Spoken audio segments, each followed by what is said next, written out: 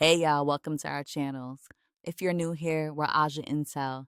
You know, artificial intelligence, but the cuter, more sassier version.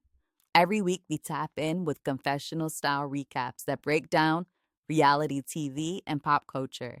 We keep it glam, we keep it real, and we always give main character energy. Make sure you subscribe to the Artificial Intelligence Network for your weekly upload of Coded Confessionals. And don't forget to like, comment, and share. All right, now let's get into it. Coming up on this episode of Coded Confessionals, final glam, fractured files, and one last crash before the reboot. Leave him alone. No, really? Oh my Leave God. him alone. No. Now. Are you serious? Trust me. I'm not trusting Trust you. me. Did I not apologize to you But why- and your hold on, husband hold that on. day? Don't touch it. Don't touch Who it. told I you? did. Who Charles, told What are you? you doing? I apologized to you. Hold on. I apologized No, to no, your no. wife, Hold- and there's somebody in this circle of y'all that is not happy with Angela. And who is that? Get it out. Oh, say it.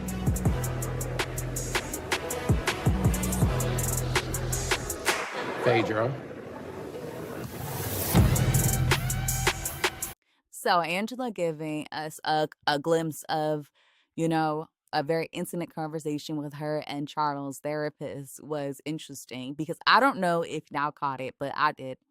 She definitely tells on the relationship in a way by saying that there might have been some infidelity that happened because she says that for a very long time she didn't trust Charles, and then the therapist goes rightfully so. So for me, the therapist is hinting towards something that there might have been some things that have happened. Maybe it wasn't during their marriage, but it was before their marriage, and that's why she's so protective of their marriage now because they're in a good place.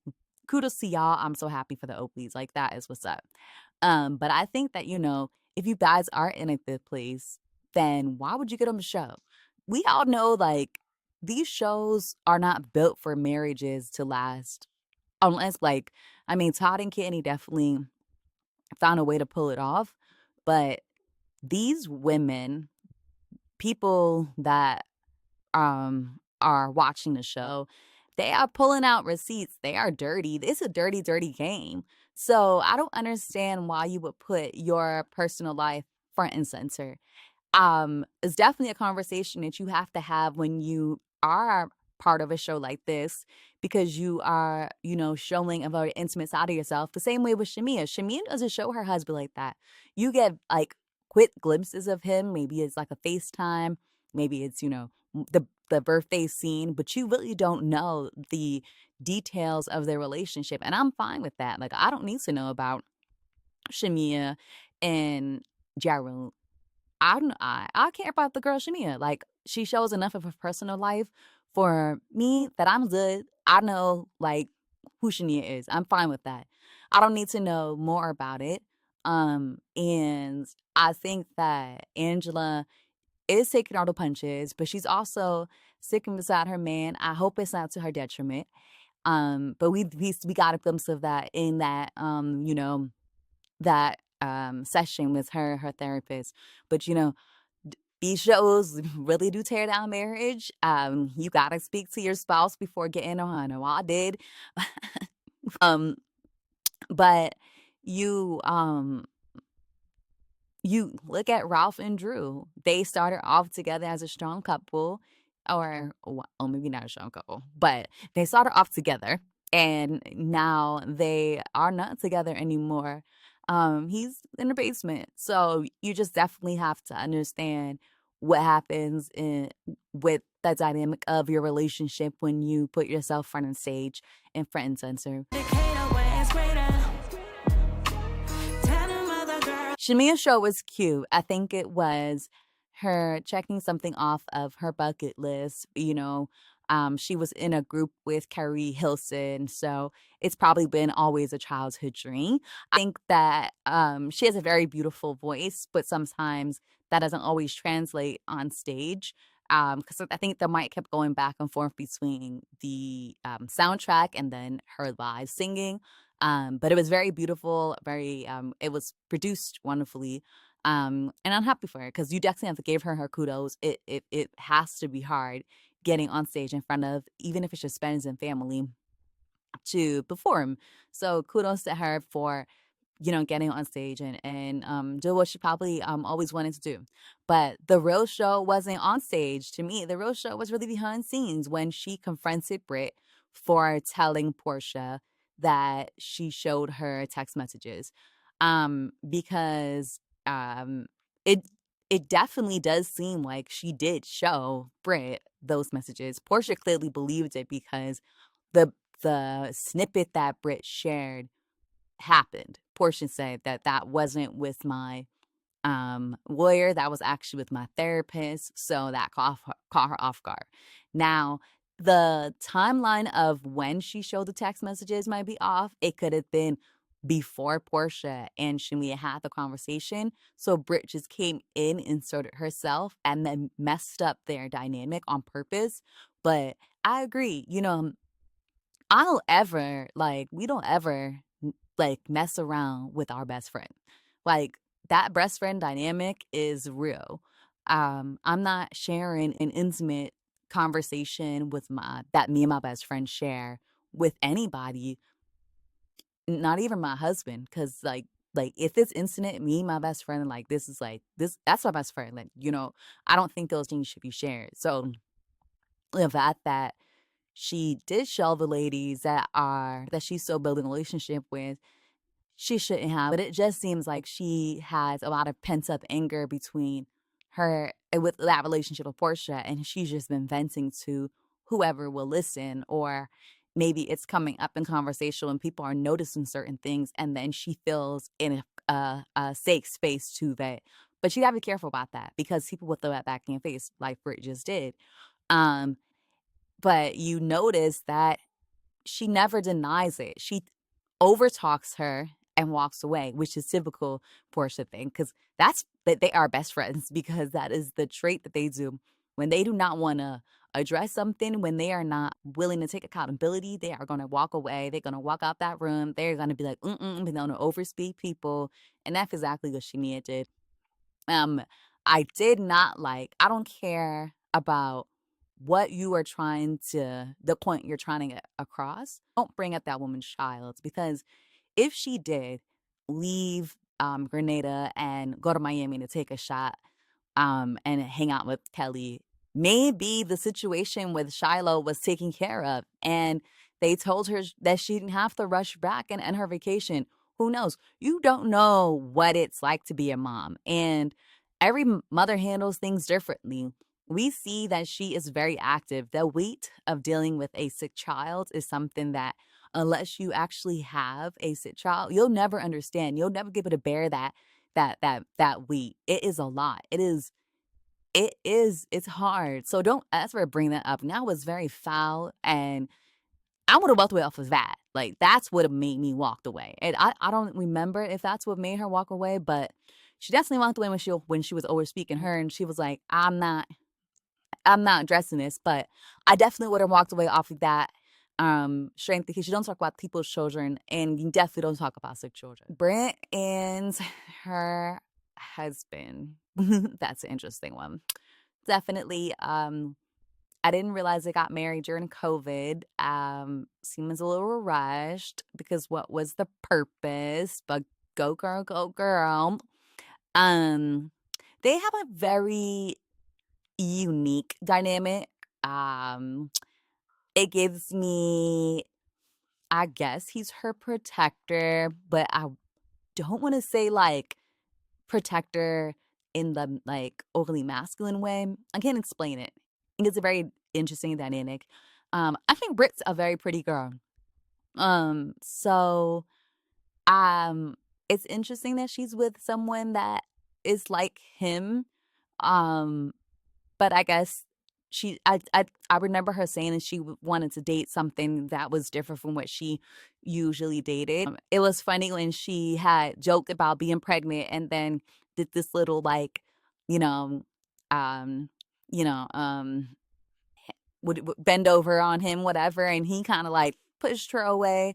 I thought that was funny because I'm like, is that your girl? Grab her, yoke her up, love on her. I don't know if it was he did that out of respect because Grandma was there, but That sort of pulled me over. Like, that was kind of funny. If he pushed her away, whatever. But I did like that she, showed the family and the sisters all look like they're getting along. Um, but I don't know. He doesn't seem like I don't know. She is definitely giving me more of the showy, I love you, overly love you show. And he is giving me the I'm tired of this shit. So that's what that is. At Kelly's event, I was ambushed by a gentleman. Okay. You know what, Kelly? I still find it odd that it would happen in the middle of your event. I can't believe Angela, and I'm shocked that she would even think that me, like me, would have something to do with such a nasty moment. Like, that's not my thing, girl, so bye. My husband, when I told him, he was just like, this doesn't add up. Who invited him? And I know you and I didn't have the best relationship. I wasn't certain if you sent someone. The Oakley's fundraiser was definitely an interesting turn of events.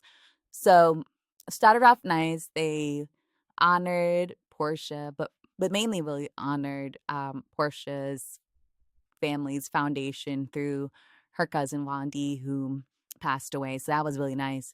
Although I do think it was slightly interesting that, honor Porsha given the comment that Porsha said, but very, very mature of Angela to give that honor to Porsha given, the state and where Porsha is in her life right now. So that was really nice.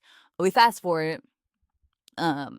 She brings Brandon, I think that's his name, to the event to prove who hired him, which I thought was very interesting. I don't understand why you would mess up the elegance of your event, the special day of your event, with that type of drama, because Charles was not having it. He had a fit. He definitely crashed out, and then Angela had to calm him down and be like, nope, let him stay, let him prove it, because I'm trying to clear your name. Charles is like, I don't need you to clear my name. I don't care about this. But Angela is gun-ho on clearing her husband's name and letting everybody know that he is no longer this cheater that y'all think he is. So this guy comes, sits down. He is very, very dramatic. So dramatic. He's a drama king. And everyone is like hell-bent and suspense because prior to him coming, Angela goes down this list and she's like, it's everybody. Gives this whole scenario as to why she thinks it might be a certain person. She starts with Kelly because it's your event. And Kelly's like, I would never invite people to my event to that. But it does kind of get it might be Kelly. Kelly gives Shamea this little nudge when she's talking to Britt. Because Britt could have also hired him as a ding at Kelly. So Angela is indirectly impacted by the crossfire between her and Kelly. He comes down, he says, it's the godfather of Atlanta, dramatic, drum roll. It's Phaedra. And Phaedra's caught off guard, like in this whole dramatic, like, let me clutch my pearls moment. And she's like, me, like, what would I have to do with this? Why would I do that? And then it's like this whole script was written. She came to the mom at Phipps Plaza, and there was an envelope. It was the Monday before the event, and I was told to say this.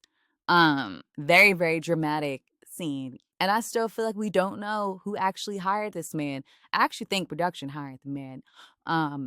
Or maybe it was Kelly.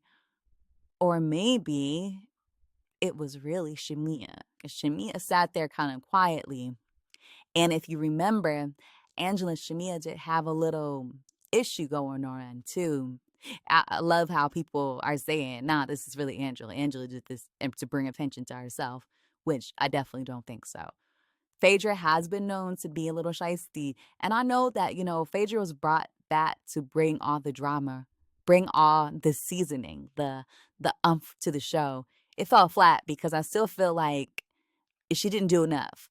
So maybe that's why Phaedra could have been the person, and she knows a lot about Charles because, quote unquote, they were friends.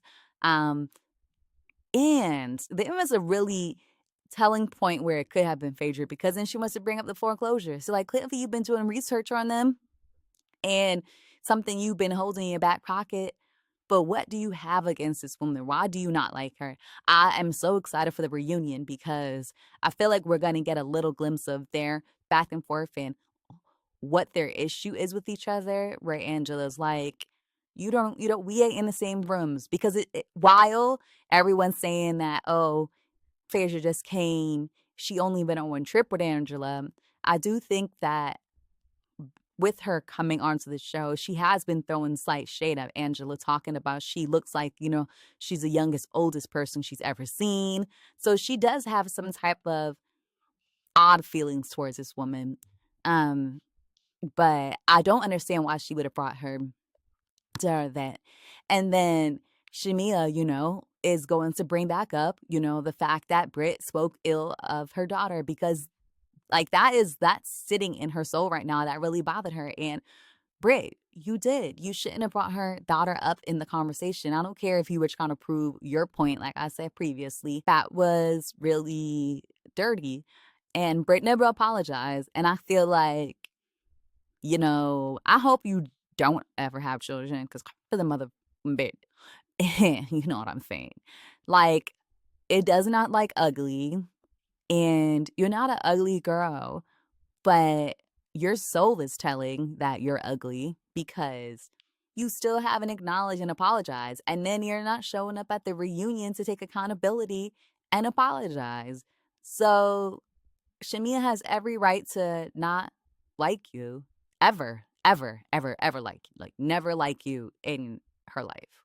And if she does end up forgiving you some time, some way down the line, kudos to her for being the big girl. Wouldn't be me. But this was a very, very interesting wrap to the season. I do think that the season was missing something. I felt like we just like ran through a whole bunch of nothingness. I am looking forward to the reunion. I'm looking forward to how all of the lovely ladies are dressed. And I definitely want to get my POV on all the outfits. So let's get down into that. Any intentions today? I just want to step to the plate with each lady with truth.